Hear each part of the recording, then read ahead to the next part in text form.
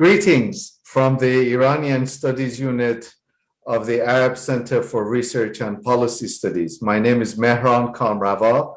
I'm professor of government at Georgetown University in Qatar, and I also direct the Iranian Studies Unit here at the Arab Center for Research and Policy Studies.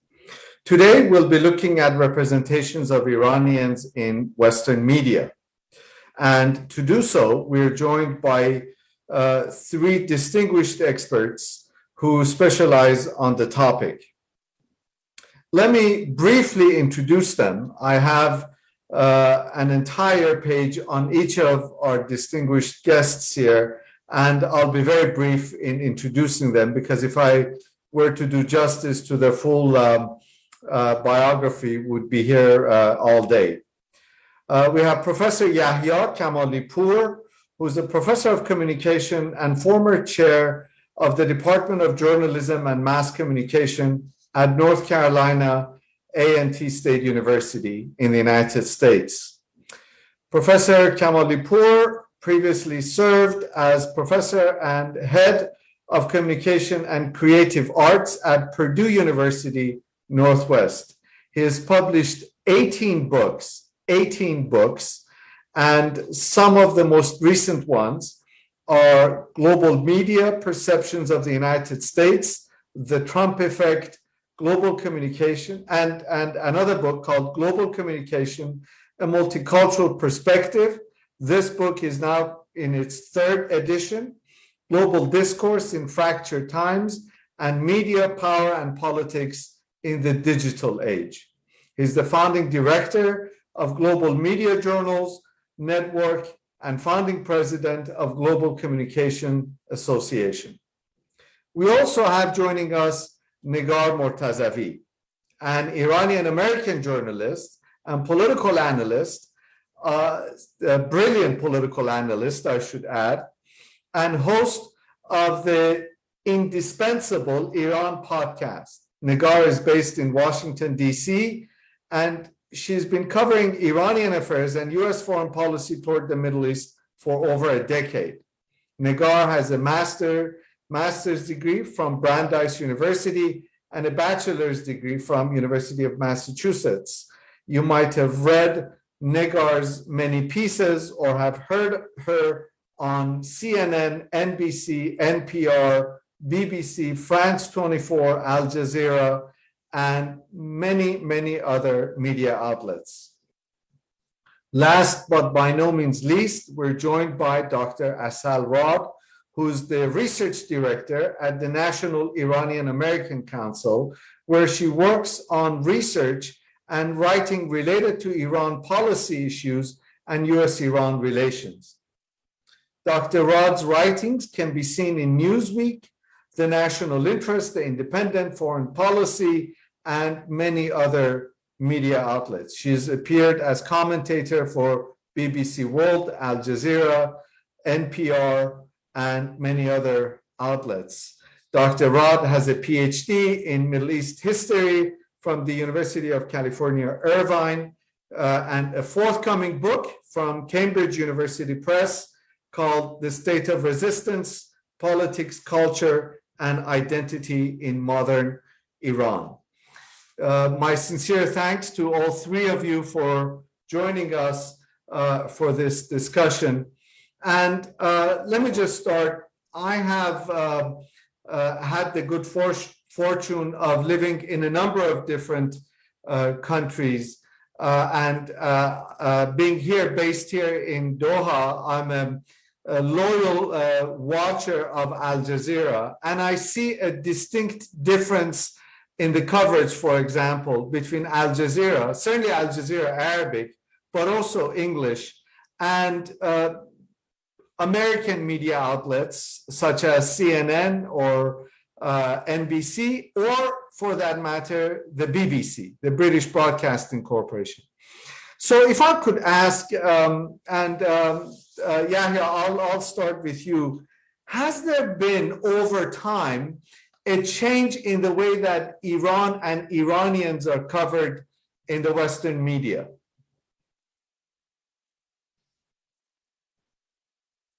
Sorry, Yahya, you're muted.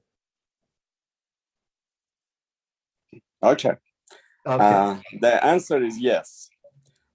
It's a pleasure to be with you. Let me briefly state that before the 1979 Iranian Revolution, the image of Iran or Persia in the United States was not negative as it is now. I came to the U.S. in 1972. That's 7 years before the revolution, and I recall that people did not have really a negative perception, and all often thought of Iran as an exotic place. Were familiar with Persian rugs and Persian cats and all that. And then the 1979 revolution changed everything. And especially the hostage crisis negatively impacted the overall image of Iran, and impacted all of us individually as well. I can, talk about various experiences that I had myself, because coincidentally in 1979, I started teaching, and the hostage crisis took place. So, that's, I don't want to go into details, but the hostage crisis certainly contributed to what we can call the war of images. And then what happened was that for 444 days, Iran was on the top of the news nationally and internationally. And of course, Hollywood started producing movies about Iran. There were at least 20 different movies about Iran produced, including Peacemaker in 1997, The Hitman in 1991, and Not Without My Daughter in 1998, Naked Gun, and Under Siege, and Delta Force. There are so many movies that really portrayed Iran negatively. And on the other hand, recently in 2002, George Bush referred to Iran, or put Iran in the axis of evil states. And in 2016, Donald Trump called Iran the world's #1 terrorist state. The revolution and the hostage crisis continue to have a overall negative impact on the image of Iran, unfortunately. Thank you. Assal, you have one leg in academia and another in policy realm. And Yahya just referred to image of Iran in popular culture with these movies. How does this image in popular culture either relate to or reinforce public policy in relation to Iran? Well, I actually authored a report earlier this year that made this exact argument, right? The argument was that the way that Iran has been portrayed, and Dr. Kamalipour, spoke to the very important sort of historical watershed moment that happens, which is in part the revolution, but it's actually the embassy seizure in November of 1979. And I always point this out because, people assume diplomatic relations get severed because of the revolution. But the revolution happens in February of 1979, and diplomatic relations aren't severed until November, when this embassy is seized by Iranian students. And of course, there's the historical context as to the view of Iranians themselves, especially the Iranian students who seized the embassy at the time. But when you look at after that period, the media portrayals, whether it's the political discourse of politicians, whether it's popular culture, or whether it's the news media, right? These different sort of prongs of communication with the American public and how the image of Iran is constructed within the American public directly impacts the policies that we see as well. And the reason I say that is because there are times in which the US officials in the United States government enacts policies that go against the will of the American people, that undermine US national security interests, that undermine global security interests. And we have to be able to explain why, for instance, that happens, why, you know, an administration like the Trump administration comes in 2017 and then in 2018 decides to tear up basically a nuclear agreement that was the crowning achievement of his predecessor, that was almost universally accepted as an unprecedented non-proliferation agreement that benefits everyone. Why does that happen? It doesn't benefit the United States to withdraw from it. It doesn't benefit global security to withdraw from it. So it happens because there are these ideological influences where Iran is seen as this sort of caricature of an enemy. And no matter what Iran does, it's always, and it does good things and it does bad things, like many states, and it does many bad things, just to be very clear. But in terms of a policy that's specified on something like nuclear proliferation and non-proliferation in this case, those have major global interests, of global security interests. So why do we undermine those things? Well, because there is an ideological bent where it's very easy in this climate to have like an anti-Iran sort of attitude. And I'll just give you one example. Just a couple of months ago, you had the Senate Republicans, a handful of Senate Republicans, have a press briefing where they're basically talking against the JCPOA, why they're against the nuclear deal, why they're against negotiations. And Senator Risch, in his comments, said something, I'm paraphrasing, but said something to the effect of, you know, he doesn't know the Persian language, but if he did, he would likely not find the words good faith anywhere in the language. And that kind of sort of blanket statement that makes it sound like, and these types of statements have been repeated over and over again by US officials, the idea that deception is in the DNA of Iranians, right?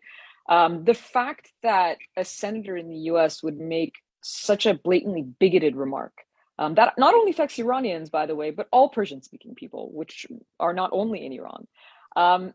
That tells you, and the fact that there's barely any backlash outside of our own community, that tells you the sort of atmosphere we're in, where it's okay to make these sort of bigoted remarks and to use them, right? And to use these blanket statements as reasoning behind why a policy should not be enacted. So you see that direct interaction of the way this image is constructed, how that image is then used by politicians themselves, and how it is used to justify certain policy positions. So I would say that these two things are very much impactful on each other. And it's sort of a positive feedback loop, or a negative feedback loop, I should say, where, you know, you have this image, you have these policies, and then you continue to have that cycle occur. Yeah. As you were saying that, I'm reminded of, I believe it was Wendy Sherman, who said it is in the Iranian DNA to lie, or in the DNA of Iranian policymakers to lie. And I was just flabbergasted when I heard that. And then it was the Trump administration that pulled out of the JCPOA. And and actually, that's the interesting thing. And I'm glad you brought that up, because it's bipartisan, right? This isn't like one party because there's often the distinction between Republicans and Democrats in the United States often is about their sort of identity politics. The way that Republicans talk about different groups and the way that Democrats do is quite distinct. Yet when it comes to Iranians specifically, they overlap. So you have members of different administrations, whether Republican or Democrat. I believe Hillary Clinton also made similar comments, you know, even though she was a proponent. That was the interesting thing. Even proponents of the deal, even people who supported the deal, still had to sort of take these jabs at the Iranian people, really. You know, the idea is to separate between the government and the people, but comments that talk about Iranians at large or their language or their culture clearly are not directed towards a government. They're directed towards anybody part of that group, and that's how many in the community, in the diaspora, feel as well when they hear those types of comments. Yeah, thank you. Negar, Assal just referred to the Iranians doing a lot of bad things. I often think that the Iranian government is its own worst enemy. How does what this being tone deaf and how does this impact the statements and the actions coming out of Tehran? How do they play into this image of Iran and which is portrayed? Thank you so much. Thanks, Mehran, for the kind introduction and for having me to the Arab Center. Also, thank you for organizing. Yes, I very much agree. Want to echo what Assal and Yahya were saying, and also your comments, Mehran. Let me also add, Assal talked about it being bipartisan. Lindsey Graham, the Republican senator, has had a few instances of essentially dehumanizing all Iranians. He said if they found out that there was Persian or Iranian in his DNA, that would be awful.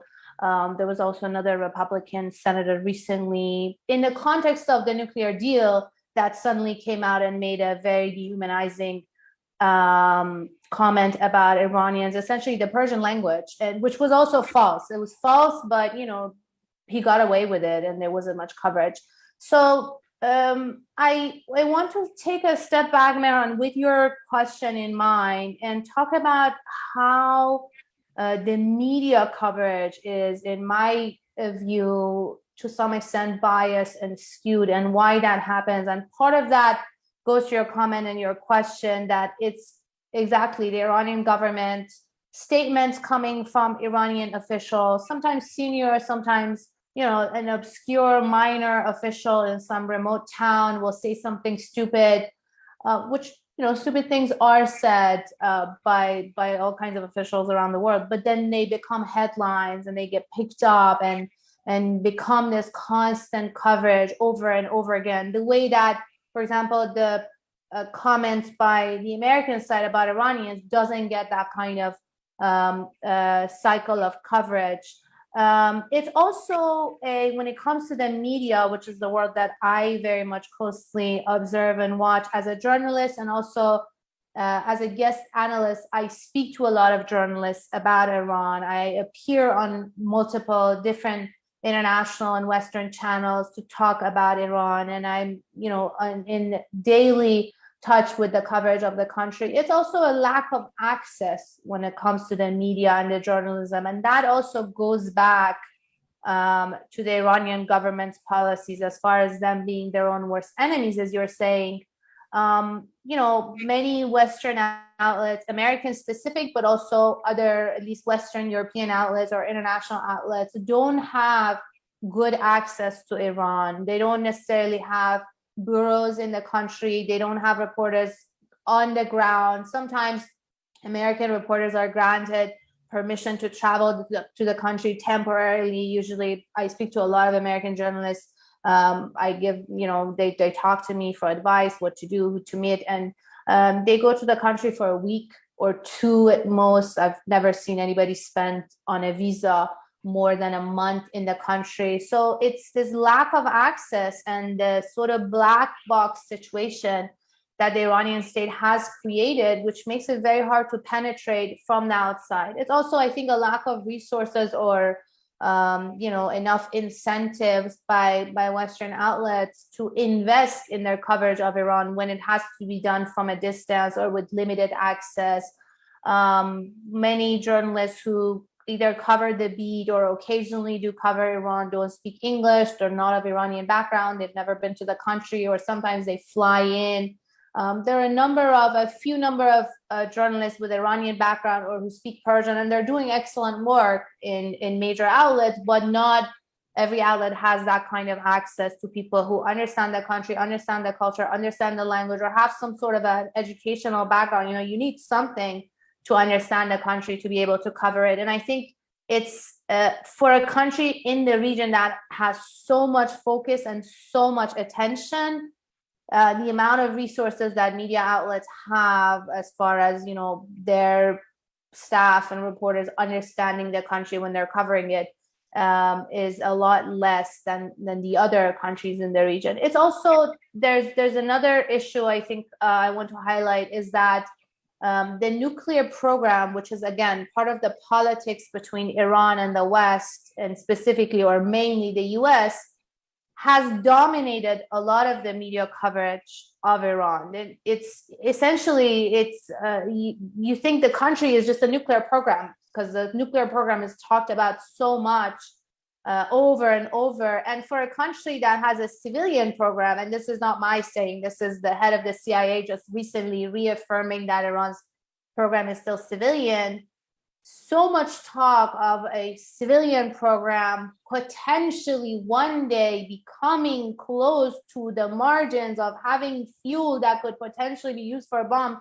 It's just the politics of the countries that are essentially Iran's foes or rivals has impacted this media coverage very much. And when you hear as an audience, a global audience or a Western audience, when you just keep hearing about a country's nuclear program or a country's politics, that in itself has a dehumanizing effect. I'm not saying every journalist or every editor is dehumanizing Iranians purposely, but when it's limited to that, to one or two topics, security very much, and politics and foreign policy, then you don't have a very clear image of a country where 80 million people are also living. It's very diverse, of different ethnicities, backgrounds, religious. Many of them are opposed to the government's policies. Even within the government, there's different echelons of power. There's competition. So I think what's happening is that, yes, and sometimes I talk to my non-Iranian colleagues and they get a little bit offended because there's this image, at least in the US media, that American outlets are free and they're independent and they're not dictated, for example, as in an authoritarian setting. Their coverage is not dictated by the country's politics. And it's not like the government tells them how to cover it. But I think when it comes at least to foreign policy, and especially to the policy and the coverage of countries that are considered US foes, the coverage is very much impacted by the politics. And an instance or an interesting contrast to this is, for example, when you look at European outlets covering US-Iran tensions, I think they do a better job, more fair, more objective, because it's not their own countries they're talking about. Whenever they're talking about US and Iran, or Iran and its regional foes, I think certain European outlets or journalists do a more balanced job of the coverage. And also the difference is that Europeans, because European countries have diplomatic relations with Iran, they have diplomatic presence on the ground, their journalists travel to the country much easier, they get visas, some are present on the ground, still difficult, not completely free access, but they just tend to have a better understanding and better access of the country, which impacts their coverage. I'll stop there, but happy to get into this topic more. Assal? Well, I just wanted to, because in terms of the coverage specifically on the nuclear program that Negar was referring to understand the real life impact of that, I wanted to give an example. So Brookings Institute last year did a survey of public opinion, American public opinion. And in the survey, they found that more Americans falsely believe that Iran possesses nuclear weapons than believe that Israel, which has an arsenal of nuclear weapons, possesses nuclear weapons. So the fact that that is what the American public thinks, I mean, there's sort of this cliche about Americans being ignorant towards politics or even geography or what's going world affairs. And that's not an insult to the American public. That's an insult to the institutions that are meant to inform them, right? People are not just inherently given given information within their DNA. They have to receive that information through institutions. Two of the pillars of those institutions are education and news media, right? That's where they get their information from. So that coverage is not without consequence. The consequence of that coverage is this is why the American perception is what it is, a totally skewed view of reality. And in a democratic country, which is what the US is meant to be, in a democracy, in order for citizens of that country to be able to make informed decisions to affect policy, which is what it's supposed to be, right? We're supposed to have representatives that carry out the will of the American people. They have to be informed themselves. The way that they believe policies are being enacted is skewed by the fact that they don't have the right information to begin with. So it's not just that, oh, we're talking about, well, this stuff is being covered this way. We are seeing the impact of what happens when they are covered in this manner. Yeah, thank you. I want to come back. Can I make a quick note, Mehran? Yeah, absolutely. Go ahead. One yes. final follow-up. I promise I'll stop talking about the nuclear program. But again, going back to my previous points and piggybacking on what Assal said, when there are comments, for example, by U.S. officials, and I cover this nuclear issue, U.S.-Iran, very closely. I have covered it in Vienna and in the past almost a decade. When there are comments by U.S. officials as far as Iran getting to a dangerous point when it comes to its nuclear program, I don't know, on the threshold of the fissile material, that gets blanket coverage, at least here in the US. But for example, when the CIA had, not just recently, not long ago, Bill Burns, said at, I believe, a think tank here in DC, he said at a public setting that the CIA concludes, US intelligence concludes that Iran's nuclear program is still civilian. There was very, very little coverage of that, of basically US intelligence, a US official, top official assuring that Iran's nuclear program in a way is not dangerous from their view. So it's also one other point as far as how politics impacts the coverage. Yeah, thank you. I want to come back to this, but Yahya, you mentioned war of images, and we've been hearing a lot on how the US media covers Iran. There are a number of media outlets that are based in Iran. There's Al Hor, there's Press TV. Is Iran at all successful in its public diplomacy? Is it able to portray a different message, either through these or through social media, Twitter, Clubhouse, other means? Well, the communication channels are available in addition to Press TV and other channels inside Iran. They have social media, but the issue is messaging. And that, one of my favorite comments when it comes to image and perception is a statement by Walter Lippmann, who said that we act and react toward each other based on images in our heads. That's an important statement.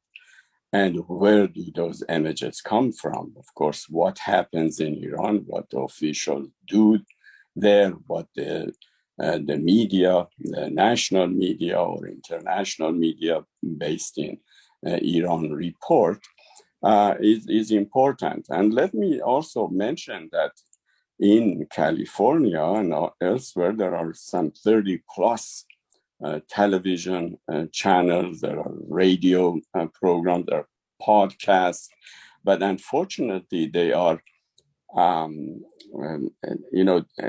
sort of disjointed, disconnected. They do not send similar or the same messages. I think they have a more negative impact on the overall image of Iran, and that's unfortunate because these media could have a positive impact. And of course, reporters and researchers like Negar and Assal are extremely powerful in what they do. And but the thing is that we have to join hands, and a program like this should be done more often and look at this important issue from a different perspective. So again, I agree with Assal and Negar that we are all impacted somehow, regardless of where we are,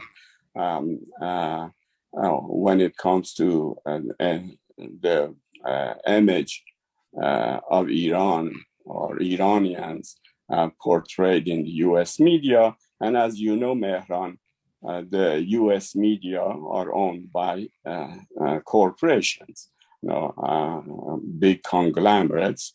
And of course, they are all, follow their leads from their sort of parent companies, and tend to,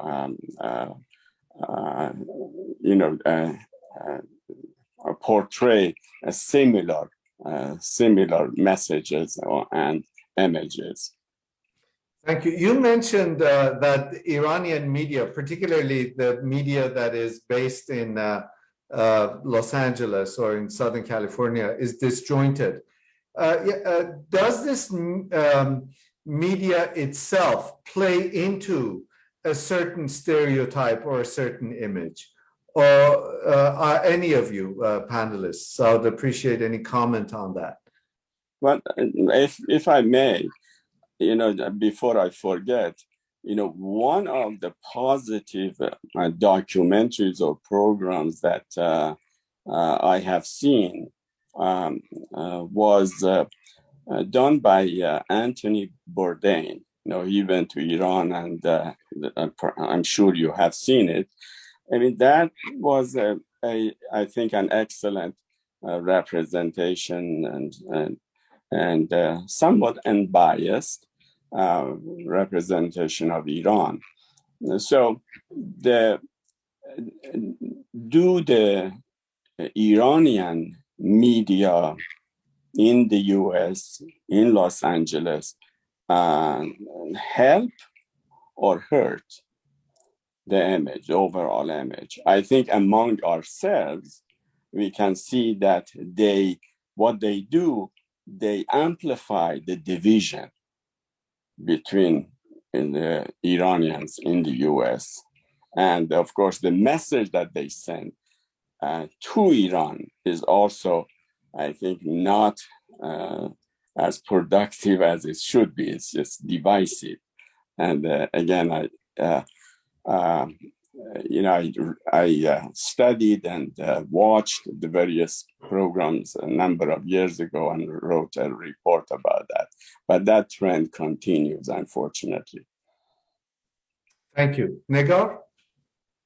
I just want to add a comment that I'm not speaking about any specific media outlet, and it really depends on which show, which journalist, which kind of coverage. I don't want to generalize, but I agree with Yahya. This phenomenon happens both by diaspora media and also, certain Iranians in the diaspora who may or may not necessarily be working in media and cultural products. Is that I think the trend is that when they criticize the government, and you should criticize your government's bad behavior or bad policies.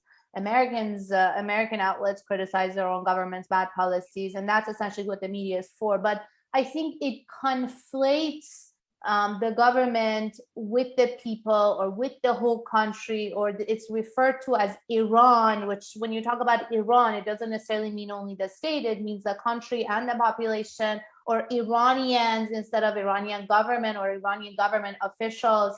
And it plays into this big cycle of dehumanizing 80 million of people or a large population, with the aim of criticizing the policies of the government, but essentially generalizing that to the entire population. And the problem is that the counter narrative is either very weak or it's non-existent, because when it comes to the US, for example, we're talking about just one example. This is a country that has a very, very strong and present counter narrative across the world. There's Hollywood, there's all kinds of American cultural products. media organizations. So when American policies, and there are a lot of bad American policies, when bad policies are challenged, there's also a counter narrative or a complementary narrative, and a lot of products that people around the globe can consume to get a fuller picture of what this country is or what the American people are. But in the case of Iran, and I'm sure other similar countries some are like that, that complementary narrative doesn't exist, or it's very, very minimal. Thank you. There's a number of questions that have come to me from our audiences. But before I get to those questions, I wanted to zero in particularly on the coverage of Iranian women in Iran, and the way they're covered in the Western media. Is there, if you go to Iran, if you know any Iranian women, two of the most successful examples of whom are right here, you know that there's a dissonance, huge dissonance between the way that they're generally portrayed in the Western media or in news outlets as compared to the reality on the ground. Would any of you care to comment on that? I'd be happy to start. Please. I think one of the sort of narratives that exists within Western media, and this is not exclusive to Iranians. This is basically about like Muslim women. So right, so like Muslim women, women in the Middle East, these sort of like broader concepts that these women need to be saved. And there's a sort of like savior complex from the Western states, a lot of it which is, you know, deeply embedded within colonial language, right? Colonialism was language that never went in to colonize a state and say, we're here to steal all of your goods and your labor. You know, we're here to, if you're the British, if you're the US, if you're any of these European states who partook in this process, it was always to civilize, right? It was always to help. This is what everybody was there for, according to those colonial sources themselves. So that type of language, you know, that you have this outside power who sees itself as superior culturally, civilizationally, in any way that you can think, to the group that it's trying to civilize. You see that the roots of that within this current sort of discourse that makes it seem like these women need to be saved. Now, much like, unfortunately, throughout the entire world, there is, you know, we live in a system of patriarchy. Women are at a disadvantage because of that system, and there have been feminist movements and women's rights movements throughout the world in order to sort of rectify those differences.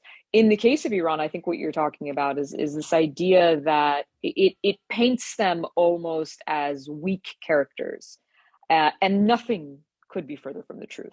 The fact that, you know, like in Iran, and this is in post-revolutionary contemporary Iran, there are more female students at university than there are male students, something that if you were to say to a sort of the broad Western public, they would probably not be aware of, you know, right? Based on these assumptions that women have no access to these things. Now, they lack equal rights, certainly, but they are extremely successful in multiple industries. You know, I just think about, you know, the film industry in Iran versus like the film industry in the US. There are behind and in front of the camera women everywhere in the film industry in Iran. And that's just one example. There are, of course, other industries in which there are more limits in how they can navigate those spaces. But this is a group of women who, not just recently, but through multiple generations over the last century and before, have always been part of Iran's political story, right? If there were revolutionaries in the streets, women were amongst them. If there are protesters in the streets today, women are amongst them. So this is a population that is not passive, is not sort of sitting back and hoping that they're just saved, but are taking an active participatory role in the sort of political changes in their own country. And so I think sometimes that coverage is lacking. And then the one thing I'll add, and before giving the floor to our other speakers, of course, is there's also a tendency to sort of like appropriate feminist discourse by Western media and Western coverage, and ignore certain parts of that society. And I think that's extremely problematic, right? We raise the voices that echo the sort of political ideas that we have, but we silence the voices that don't do that. And the reason why that's problematic is it lacks nuanced understanding of the population that we're dealing with. And I'll give a very quick parallel example. If somebody was trying to look at the United States, analyze it and understand the political milieu of the United States, and you sort of just ignored the supporters of someone like Donald Trump, you ignored the more right-wing or Tea Party base that exists in the United States, you would not have a clear picture of what is happening across the board. You would have an understanding of parts of the country, but you wouldn't have a full picture of the reality on the ground. And so I think that's another thing that we see in the coverage, is that it's a very selective coverage, and it's based on whether or not it parrots the sort of political points of the person trying to make whatever point they're trying to make. Thank you. Negar? And I want to point to a very good example. This is from a few years ago, I believe, maybe 8 years ago. Reza Aslan, another California-based Iranian American academic, had an interview on CNN where he was essentially challenging the Islamophobic comments that were previously made by Bill Maher. Actually, Bill Maher also is one top figure who does vilify Islam and Muslims on his show a lot. And then Reza Aslan also gets into a similar argument with the host doing that live interview on CNN. This is on CNN. He was doing the interview with Don Lemon and Alyssa Camarado, if I'm not wrong. And essentially, I want to read this quote. He's saying, we're not talking about women in the Muslim world. We're talking about 2 or 3 examples, this is what Reza Aslan says, to justify a generalization, and that is the definition of bigotry. And I want to connect this to our conversation of the coverage of Iran, is that a lot of times we also see that this vilifying or the dehumanization of Muslims, which is, as Assal very well said, an extension of this post-colonial discourse, plays out in different ways when it comes to the U.S., in the case of the U.S. foes or U.S. allies. So yes, there are Muslim countries where you are, for example, Mehran, in your area, there are Muslim countries that are not all U.S. rivals. There are U.S. partners or U.S. allies. And the discourse when it comes to those countries is very different than when it comes to populations that are U.S. Rivals. And then another example is Donald Trump's travel ban. So when candidate Trump was on the campaign trail, at some point, essentially, he came out and he said he's going to have a complete and total shutdown of all Muslims coming to the United States until we find out, quote, what the hell is going on.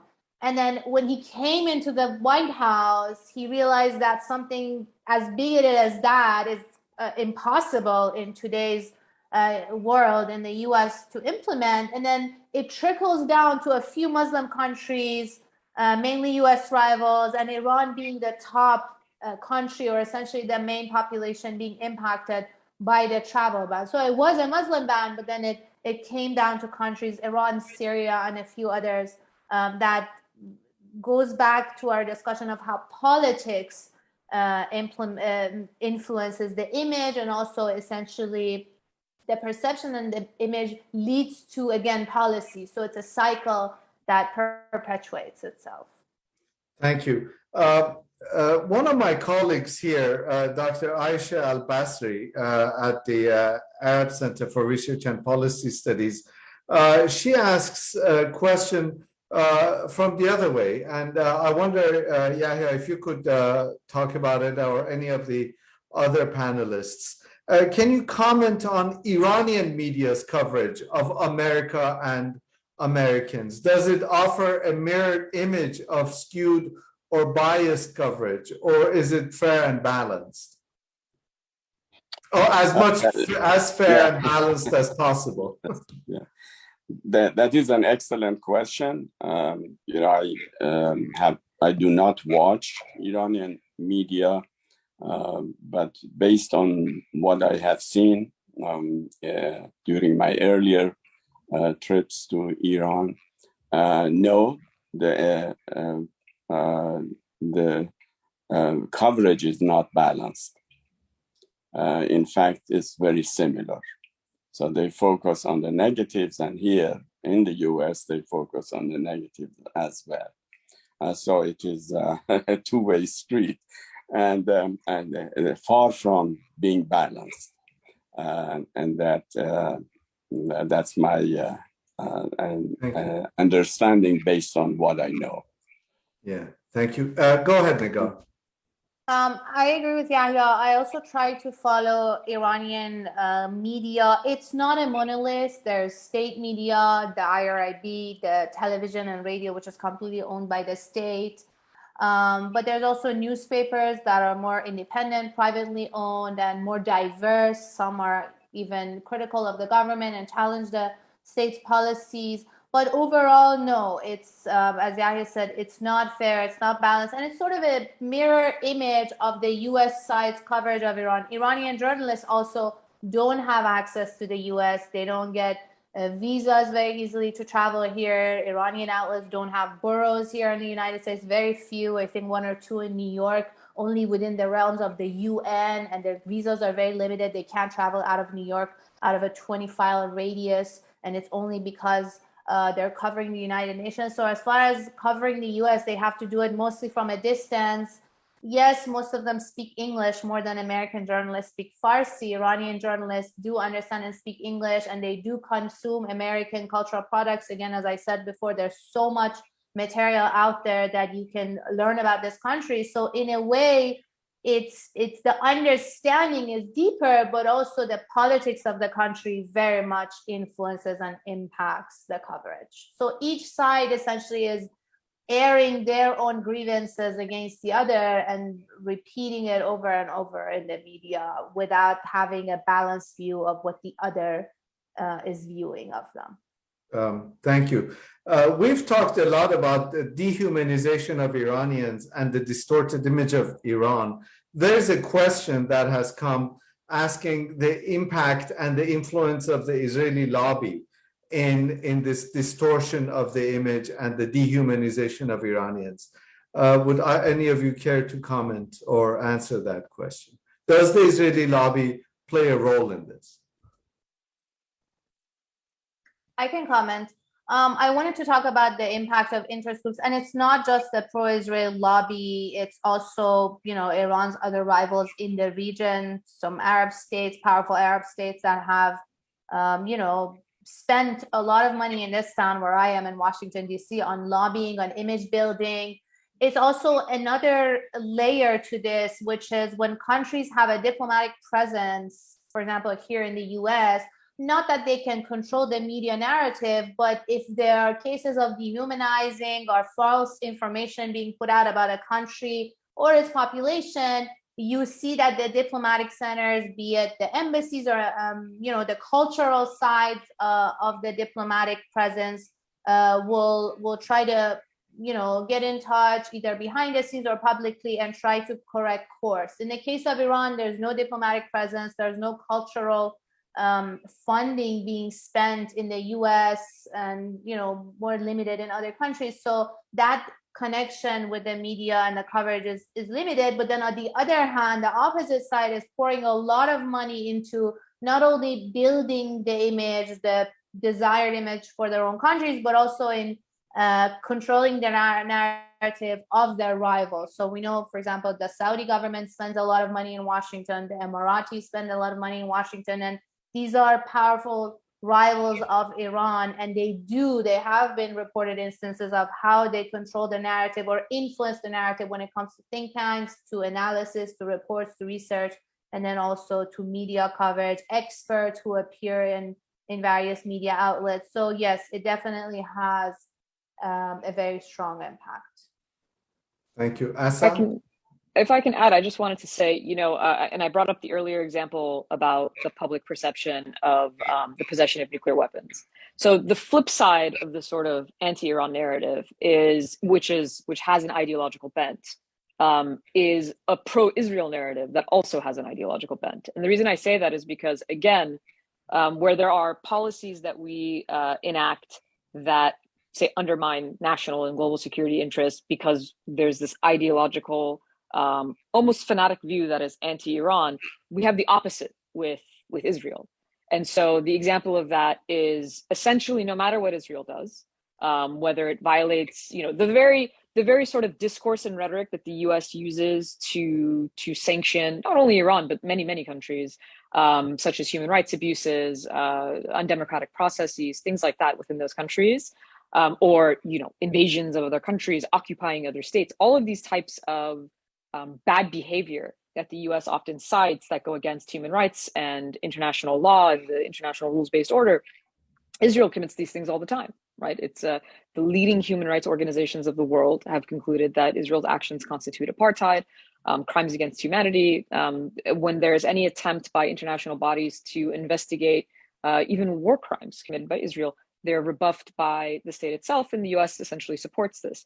So the fact that the U.S. has earmarked $3.8 billion of aid, of military aid to Israel every year, and that it is by its own definition unconditional, right? What does that mean to say that something is unconditional? It is quite literally what it's saying. It doesn't matter what they do. It doesn't matter if they violate human rights. It doesn't matter if they violate international law. That aid will still be given because there's no condition for it.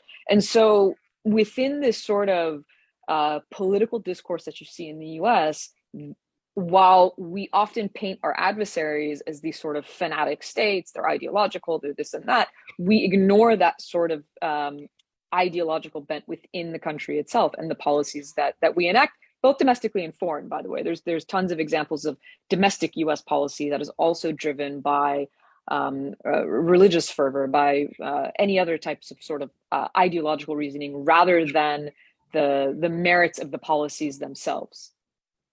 Thank you. Yahya, what does this portrayal of Iranians tell us about production of knowledge and education? As an educator, as a professor for many decades now in the United States, how does the way that Iran is portrayed influence the way you're able to connect to and get through to your students and explain and educate your students? Now, when it comes to education, of course, all of us play an important role as teachers, as reporters, as writers, and students have very little knowledge about Iran. It doesn't matter where, at what university, and there are no courses taught about Iran. Of course, there are a few centers on Persian studies or Iranian studies in various universities, but generally speaking, at most universities, there are no courses, no centers focusing on Iranian studies. And that's, I think, that should be something that we should pay attention to. And of course, each of us can contribute to correcting the misperceptions as in our classes. But that's all we can do, or writing. But again, that's very limited when it comes to the global scope. Well, we're hoping to do that here in the Iranian Studies Unit in our own small way. Negar? I just want to add a positive note that I think the situation has gotten much better. I mean, I'm sure you and Yahya have been doing this and observing it for much longer, but I moved to the US in 2002, right in between the invasion of Afghanistan and Iraq. And I remember not only Iran, but again, the axis of evil and sort of the dehumanization of Middle Easterners, Arabs, and then by extension, Iranians, Muslims and Iranians. I think we have come a long way. There are a lot more academics of Iranian background, journalists of Iranian background. There are institutions like where Assal works, and more organizations like the one you are heading, Mehran. And I think more knowledge is being produced. People are pushing back more now when there's a racist comment about Iranians or the dehumanizing comment. You hear a loud voice from the community. You hear powerful voices in the community joining in and pushing back. So I think we've come a long way, and it's moving in a good direction, but it's still, we also have a long way to reach the ideal that all of us, I think, are assuming. Negar, I couldn't think of a better way to bring our discussion to a close. In fact, I wanted to end on a note of looking into the future, and I'm really grateful that you brought that up. Our time is almost up, but Assal and Yahya, is there anything you wanted to add in terms of steps that we or either we could take or steps that could be taken to help remedy some of this coverage? Educating and informing, and that is what your center is doing, and that is what we are doing as individuals, in the US and elsewhere. That's the key. And then, of course, at the more global level, I think that's a tall order. But if the 30 plus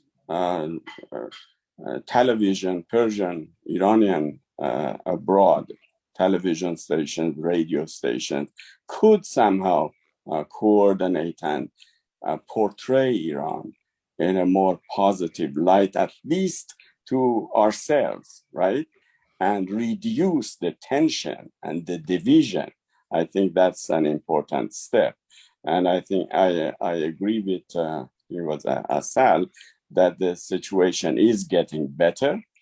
And that, of course, something that we have. The momentum is there. We have to take advantage of the momentum and move on and do whatever we can in our capacities to inform and educate. Thank you very much. Assal? I mean, I would agree with Negar and Yahya, and basically say, and this is my way of thanking you for having this platform and for giving us the opportunity to have these conversations. I think these discussions are very important. And I think it's beyond just, us having this conversation. It's having these conversations in different places. Sometimes these conversations are uncomfortable because there's a lot of pushback to things that you say, because we've become so accustomed to certain narratives that when you try to push back against them, when you try to say, well, let's just take a step back and think about this rationally, rather than with all of this baggage that we're bringing into it, it can cause tension for people. It could cause some sort of discomfort. And that's not just in this conversation, that's in many conversations that make people uncomfortable, because it's asking you to question sort of the status quo. It's asking you to question the way that things are and what we've become accustomed to. But in order to grow as a community, as a society at large, those are the very conversations that we have to have that push us to think more deeply about the status quo. Thank you. We could spend another couple of hours discussing this, but unfortunately our time has come to an end. And I want to apologize to those audience members whose questions we couldn't get to. There's a number of the questions that we just didn't have time to.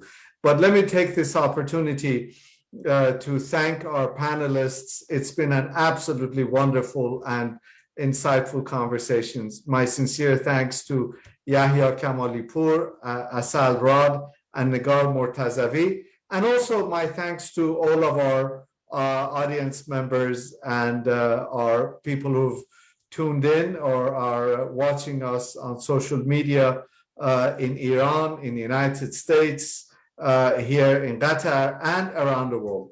My sincere thanks, and we'll see you soon again. Thank you very much, panelists. Thank you. Really appreciate it. Thank you. Thanks for your invitation. Thank you very much. Thank you.